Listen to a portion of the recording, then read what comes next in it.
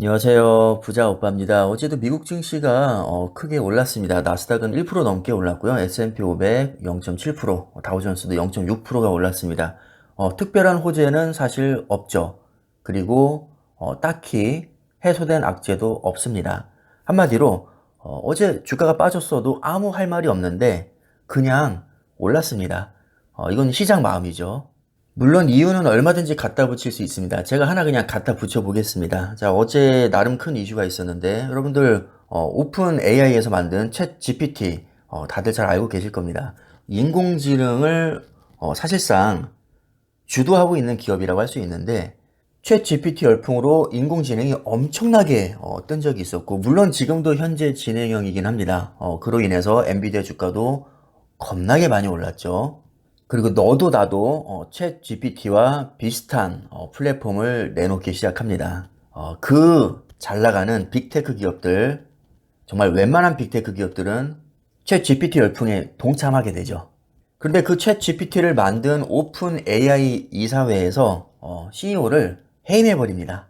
그래서 지금 직원들도 들고 일어나고 난리가 났는데요. 이 와중에 해고된 CEO가 마이크로소프트의 둥지를 들고 새로운 AI 리서치 팀을 이끌게 됐습니다. 마이크로소프트 입장에서는 완전 땡 잡은 거죠. 그래서 어제 마소가 2% 넘게 올랐던 거고요. 물론 제가 그냥 갖다 붙인 겁니다. 그 이유가 아닐 수도 있죠. 이거라고 단정 지을 수는 없습니다. 그러나 어쨌든 주가가 올랐고 그런 일이 일어났으니까 갖다 붙이기가 좋다는 거죠. 인공지능이 다시 부각되면서 마소가 올랐는데 엔비디아가 안 오를 수 있을까요? 엔비디아는 대장주인데요. 인공지능 연산에 가장 성능이 좋은 GPU를 엔비디아가 거의 독점하다시피 하고 있는데 안 오를 수가 없겠죠. 그래서 엔비디아도 2% 넘게 덩달아 올랐습니다. 자, 그리고 마소와 함께 인공지능을 주도하고 있는 기업이 있죠. 바로 구글입니다. 인공지능에 대한 기대감이 커지니까 당연히 그 인공지능에 많은 투자를 하고 있는 구글도 0.7% 정도 덩달아 오를 수밖에 없었던 거죠. 자, 물론 어떻게 생각하면 빠질 수도 있습니다. 자, 둘이 경쟁하고 있는데 마소가 이렇게 되면 더 잘 나갈 것 같네. 그럼 상대적으로 구글이 밀리니까 빠질 수도 있겠죠.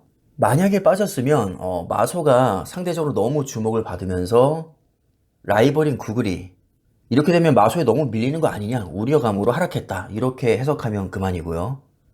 결과적으로 올랐으니까 인공지능이 주목을 다시 받으면서 이 분야 선두주자인 구글도 역시 동반 상승했다, 이렇게 해석하면 그냥 끝나는 겁니다. 한마디로 해석은 엿장수 마음이라는 거죠. 자, 그럼 조금 더 넓은 시각으로 보겠습니다. 엔비디아가 오르는데 다른 반도체 기업이 또 안 오를 수 있을까요? 엔비디아 반도체 누가 만들어줍니까? TSMC가 거의 전량 제조합니다. 왜냐하면 엔비디아는 제조 시설이 없거든요. 팹리스 업체입니다. 그러니까 엔비디아가 설계한 반도체는 TSMC에서 전량 제조하기 때문에 엔비디아가 잘 나가면 TSMC도 잘 나갈 수밖에 없는 구조입니다. 그럼 TSMC가 잘 나가면 ASML, 램 리서치, 어플라이드 머티리얼즈는 못 나갈까요? 같이 잘 나갈 수밖에 없는 구조입니다. 왜냐하면 TSMC에서 이런 업체들에게 장비를 공급받기 때문입니다.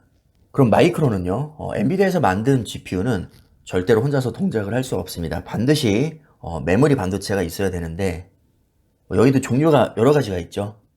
GDDR 메모리도 있고 HBM 고대역폭 메모리도 있고 또 엔비디아에 독점 공급하는 GDDR X 메모리도 있고, 어쨌든 엔비디아가 GPU를 많이 생산할수록 마이크론도 메모리 반도체를 많이 공급해 줄 수밖에 없는 구조입니다. 둘이 단짝이니까요. 그럼 마이크론만 이득을 보느냐? 당연히 삼성전자와 SK 하이닉스도 동반 이익을 보게 됩니다. 사실 어떻게 보면 마이크론보다는 삼성전자 하이닉스가 더 큰 이득을 보죠. 점유율이 더 높으니까요. 단지 필라델피아 반도체에 편입이 되어 있지 않을 뿐입니다. 자, 이렇게 잠깐 주춤했던 인공지능 열풍에 힘입어서 이제 반도체가 전반적으로 오르게 됐고, 반도체를 3배로 주종하는 SOXL 역시 하루 만에 4.5%가 올랐습니다. 그리고 실질적으로 인공지능을 주도하는 다시 말해서 반도체 업체들에게 주문을 넣는 빅테크 기업들이 대체적으로 많이 오르면서 나스닥 100을 3배로 추정하는 TQ 역시 3.5%가 올랐습니다.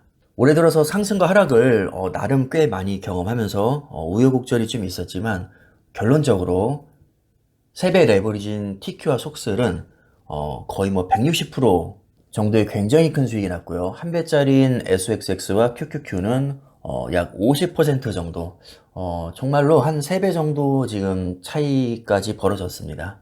요즘 들어서 세배 레버리지에 투자하시는 분들이 부쩍 많아지신 것 같은데, 뭐 인기가 많을 만합니다. 굉장히 매력적이죠. 하지만 세상에 뭐 단점이 없는 건 없습니다. 여기도 치명적인 단점이 있는데요. 당연히 하락장에서 계좌가 정말 빠르게 녹을 수 있습니다. 순식간에 정말 뭐 3달도 안 돼서 마이너스 8, 90% 얼마든지 갈 수 있는 종목이고요. 그거를 만약에 정통으로 얻어맞는다? 그럼 그 뒤로 아무리 많이 올라도 회복이 안 될 수가 있습니다. 그래서 우리가 철저하게 안전장치를 걸어놔야 되는데요. 가장 중요한 게 절대적으로 분할로 매수를 해야 된다는 겁니다. 자, 분할 매수하는 이유는 사실 단 하나입니다.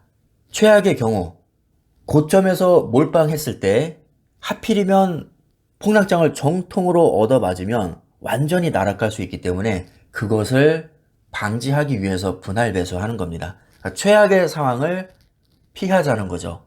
자, 예를 들어서 내가 TQ에 몰빵했는데 정말 재수없게 역대급 폭락장을 만나서 6개월 만에 90%가 폭락했습니다. 그럼 내가 원금을 회복하려면 10배가 올라야 되거든요.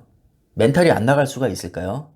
누구라도 나갈 수밖에 없을 겁니다. 그런데 나는 정말 최악의 타이밍에 들어가긴 했지만 10분 할로 분할 매수를 들어감으로써 마이너스 90%가 될 거를 마이너스 50%로 방어를 했습니다. 자, 그러면 전고점까지 2배만 오르면 됩니다. 3배 레버리지는 2배 정도는 금방 회복을 합니다. 그러나 아무리 3배 레버리지라고 해도 10배가 오르려면 많은 시간을 기다려야 될 겁니다.